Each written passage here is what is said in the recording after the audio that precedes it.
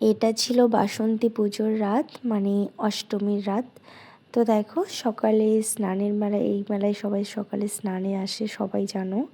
তো দেখো সকালে আমরা আসিনি, কিন্তু রাত্রে আবার এসেছিলাম একটু মেলাতে। তো মেয়েকে নিয়ে এসেছিলাম। আর এখানে দেখো মেলাতে এসে দেখছি রে বাবা, এত এত ভিড় আর কি বলবো। মানে দোকানপাটের চেয়ে মানে মানুষের সংখ্যা এতটাই বেশি আর বলার মতো না। আর এখানে দেখো মিকি মাউস এসেছিলো। তো আরাধ্যা তাকিয়ে দেখছিল, ওকে বললাম উঠবি নাকি, কোনো রেসপন্স নেই। কেননা এর আগে যতবার ওকে তুলেছিলাম ও ডিসব্যালেন্স হয়ে যায়, পারে না। তো এই কারণে এবার আর ওকে জবরদস্তি করা হয়নি, ইচ্ছে থাকলে ও বলবে, এরকম একটা বিষয় ছিল। তারপরে দেখো এখানে মেলাতে আসলে আমাদের এই মেলায় বিশেষ করে মাটির পুতুল, মাটির খেলনাটাই বেশি ইম্পর্টেন্ট ছিল, আমরা নিতামই। আমরা না নিলেও মানে কেউ যদি আমাদের বাড়ি থেকে আসতো ঠিক নিয়ে যেত আমাদের জন্য। কিন্তু দেখো আজকালকের বাচ্চার কি বলবো, একদমই ওর দিকে ফোকাস নেই।